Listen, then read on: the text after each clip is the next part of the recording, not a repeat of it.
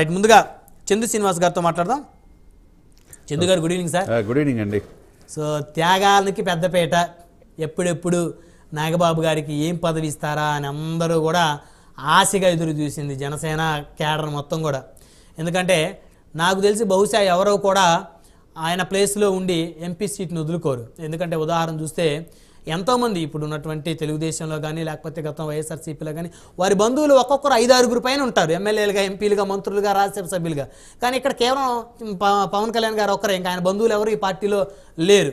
కానీ ఆయన అన్నయ్య నాగబాబు గారు మరి ఆ రోజు అనకాపల్లి లోక్సభ స్థానం గట్టిగా కావాలి అని ఇద్దరు అనుకుంటే నథింగ్ సీటు వారికి కేటాయించడం. కానీ త్యాగం ఇంటి దగ్గర నుంచే మొదలవ్వాలని చెప్పేసి త్యాగం చేసిన పరిస్థితి ఉంది. ఈరోజు ఆ త్యాగానికి తగ్గ గుర్తింపు వచ్చినట్లేనా? అయితే నాగబాబు గారికి ఏ శాఖ కేటాయిస్తారు, ఎవరి శాఖ అన్నా తీసి ఇస్తారు? ఇప్పుడు రకరకాల చర్చలు జరుగుతూ ఉన్నాయి, ఒక్కొక్క చర్చ పెడతా ఉన్నారు. నాగబాబు గారికి హోంమంత్రి పదవి అంటే ఒకరు, లేదు నాగబాబు గారికి సినిమాటోగ్రఫీ అంటే మరొకరు, అదేవిధంగా నాగబాబు గారికి గనుల శాఖ మంత్రి అని మరొకరు, రకరకాల చర్చ నడుస్తూ ఉంది. సో ఎవరికి ఏ అవకాశం ఇచ్చే పరిస్థితి ఉంటుంది చందు గారు? ముందుగా పెద్దలు కృష్ణాంజలి గారికి, సోదరులు వెంకటేష్ గారికి, మీకు బ్రహ్మనాయుడు గారికి, ప్రైమ్ 9 వీక్షకులకి గుడ్ ఈవినింగ్. మీరు తీసుకున్న అంశంలో ఉపోద్ఘాతులు అంతా మీరు చెప్పేశారు, మిగతా మా అందరికి కూడా అవకాశం లేదు.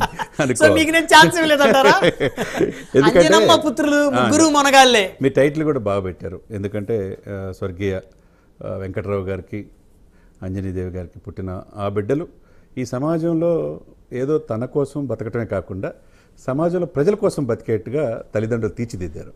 ఆ అమ్మకి నిజంగా ఆమె ఎంతో ఆనందపడుతుంది ఈ క్షణాలు. మీరన్నట్టు సెంట్రల్ మినిస్టర్గా ఒక ప్రజారాజ్యం పెట్టి సామాజిక చైతన్యం కోసం ప్రజల్లో ఈరోజు పవన్ కళ్యాణ్ గారు ఈ పార్టీ సక్సెస్ అయ్యాడంటే ఆ రోజు చిరంజీవి గారు వేసిన బీజమే. అవును, తను కాంగ్రెస్లో మెర్జ్ కావటం ఇష్టం లేక రాజకీయాల్లో సరే నాకు వద్దని చెప్పన్నాడు ఆయన. వెల్ అండ్ గుడ్, నా తమ్ముడు ఆ యొక్క ఖాళీని భర్తీ చేస్తారనుకున్నాడు. అదేవిధంగా భర్తీ చేసాడు, ప్రూవ్ చేసుకున్నాడు.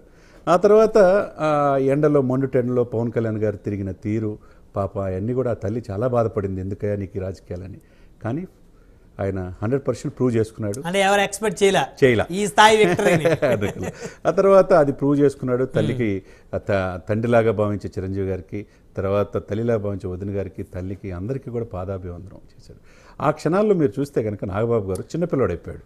కన్నీటి అంటే ఆ కుటుంబంలో ఒకరికొకరు తిట్టుకోవడం, కొట్టుకోవడం, ఆస్తుల కోసం లాక్కోవటం, చంపుకోవటం, పొడుచుకోవటం ఇప్పటివరకు ఆ ఫ్యామిలీలో లేవు, ఉండవు అనమాట. అంటే ఈ సెలబ్రిటీలకు సంబంధించిన కుటుంబం, అన్యోన్యమైన కుటుంబం అంటే ఫస్ట్ మెగా ఫ్యామిలీ చెప్పాలి. అది ఎవరు కూడా వీళ్ళు చూస్తున్నారు, ఆస్తుల కోసం రోడ్లెక్కి కొట్టుకొని బౌన్సర్లను పెట్టుకొని నానా హంగామా సృష్టిస్తున్నారు.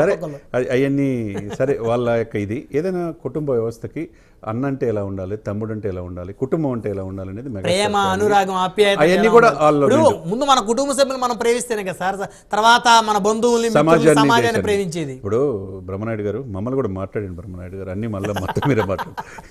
కృష్ణాంజలి గారు కూడా నవ్వుతున్నారు, వెంకటేష్ గారు నవ్వుతున్నాడు, ఇచ్చినట్టు అవకాశం ఇస్తున్నాడు, అన్నీ మాట్లాడుతున్నాడు.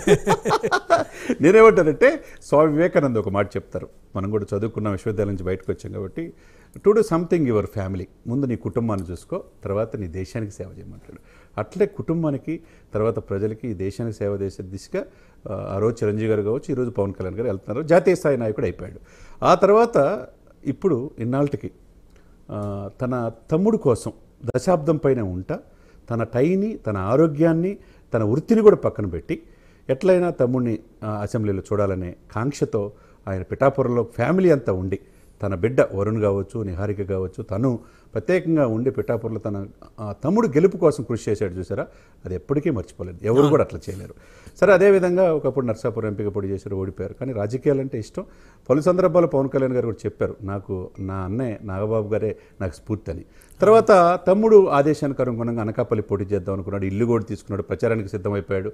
అన్నీ చేసే క్రమంలో బీజేపీ, టీడీపీ వాళ్ళు కోరుకునే తల్లికి అక్కడ కూడా సాక్రిఫై చేయాల్సింది. ఎవరు ఇప్పుడు సాక్రిఫై చేసింది? 21 సీట్లకి తగ్గి 2 ఎంపీలకి సీట్లు తగ్గి కూడా సాక్రిఫై చేసింది పవన్ కళ్యాణ్ గారు, జనసేన. ఆ రోజును కూడా సాక్రిఫై చేసింది తమ్ముడు మాట కాదనలేక అన్నయ్య. ఒక విషయం చందు గారు, ఇక్కడ మీరుంటే నాగబాబు ప్లేస్ మీరు సాక్రిఫైస్ చేస్తారా? నో డౌట్ చేయరు కదా, ఎవరు చేయరు. ఇప్పుడు సో మెనీ టీడీపీ సానుభూతి పరులుగా చేసుకునే కొన్ని ఛానల్ నేను పొద్దున్న చూసా, ఇది ఎందుకు అన్న ఎందుకు ఇవ్వాలా పదవి అని అంటున్నారు. అంటే వీళ్ళకి అన్ని వీళ్ళే తీసుకోవాలా? ఎవరో మూర్ఖులు ఉంటారండి, వాళ్ళ గురించి మనం ఇక్కడ చంద్రబాబు గారు పవన్ వాళ్ళు కళ్యాణ్ clarity గారు, ఉన్నారు. వాళ్ళు లోకేష్ గారు ఒక మాట మీద బాండింగ్ ఉంది వారికి. బాండింగ్ ఉంది, వాళ్ళు అప్రిషియేట్ చేయాలా. ఎందుకంటే వాళ్ళకి తెలుసు ఇప్పుడు లోకేష్ గారు పెద్దలుడు, చిన్నలుడు ఎవరు ఎంపీ కదా, పురంధేశ్వరి గారు ఎవరు వాళ్ళ ఫ్యామిలీలోనే కదా, ఆమె ఎంపీ కదా, చంద్రబాబు నాయుడు గారు రాష్ట్రానికి ముఖ్యమంత్రి కదా, బాలకృష్ణ గారు హిందూపూర్ ఎమ్మెల్యే కదా, ఈ గర్భం వాళ్ళకి.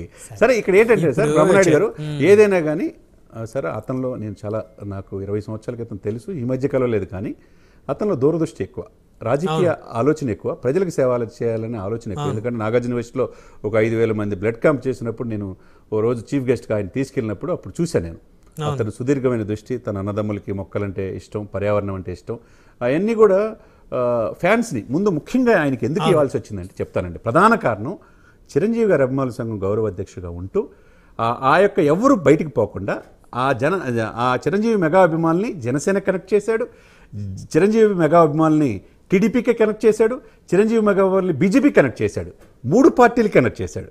చేసి 21 సీట్లకే పరిమితమై నిరాశతో ఎమ్మెల్యేలు కాకుండా వాళ్ళు కూడా వాళ్ళతో మాట్లాడి సర్ది చెప్పాడు. ఇంకొక విషయం ఏంటంటే నేను చాలా డెప్త్గా ఎంక్వైరీ మొదలు పెట్టినప్పుడు తెలిసింది ఏంటంటే చందు గారు, సాధారణ కార్యకర్తలు కూడా స్పోక్స్ పర్సన్స్ కూడా పార్టీ మారిన క్రమంలో కొంతమంది 5 మారారు.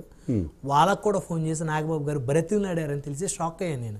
ఏంటి ఇంత ఇప్పుడు ఎవరో 10 ఓట్లు కూడా వేయించలేనటువంటి ఒక కార్యకర్త పార్టీ మారినా కూడా ఆయన ఫోన్ చేసి బుజ్జగించి మీకు మంచి జరుగుతుంది, భవిష్యత్తు ఉంది అని ఉండండి అంటే మరి అంతకు మించి ఏంటి ఎవరు అడుగుతారు సార్? అంతే కదా.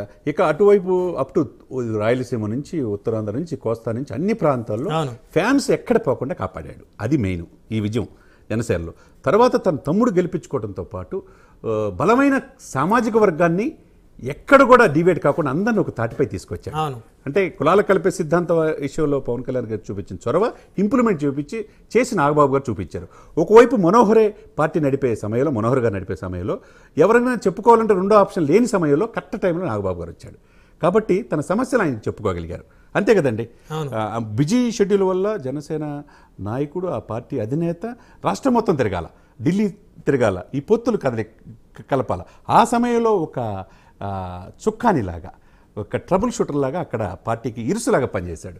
మరి సాక్రిఫైస్ చేసిన దానికి ఇన్నాళ్ళకి రాజ్యసభ ఇస్తాడనుకుంటే మొన్న మనం అనుకున్నాం. రాజ్యసభ ఇప్పుడు ఏంటంటే కృష్ణయ్య గారిని మళ్ళీ ఇవ్వాల్సి వచ్చింది, బీజేపీ ఇచ్చింది. అదే సమయంలో సానా సతీష్ గారు, లోకేష్ గారు, చంద్రబాబు నాయుడు గారు పార్టీకి ఆర్థికంగా అన్ని రకాలుగా సాయం చేశారు కాబట్టి ఇచ్చారు. బేదా మస్తాన్ రావు గారు ఆయన బీసీ సమాజం ఆయనకి ఇచ్చినప్పుడు ఏం చేయాలా? ఫస్ట్ టైం చూసారా ఒక లెటర్ హెడ్లో, చంద్రబాబు నాయుడు గారి లెటర్ హెడ్లో ఈ ముగ్గురు ఇయటంతో పాటు నాగబాబు గారికి కూడా ఈ పదవి ఇస్తున్నారంటే ఎంత ప్రాధాన్యత. అంటే తన ఫోటో పక్కన ఎట్లయితే పవన్ కళ్యాణ్ గారు కావాలని కోరుకున్నారు, ప్రతి విషయంలో కూడా జనసేన పార్టీ ఇంపార్టెన్స్ ఇస్తూ వస్తున్నాడు చంద్రబాబు నాయుడు గారు. అది అందరూ కూడా హర్షిస్తున్నారనమాట. ఇప్పుడు ఈయన తీసుకున్న పదవి, ఏ పదవి ఇచ్చినా నాగబాబు గారు ఆ పదవి కొని తెస్తాడు సార్. తన అన్నను ఒక మాట అన్న ఊరుకోడు, తన తమ్ముడిని అంటే ఇక అస్సలు ఊరుకోడు అనమాట.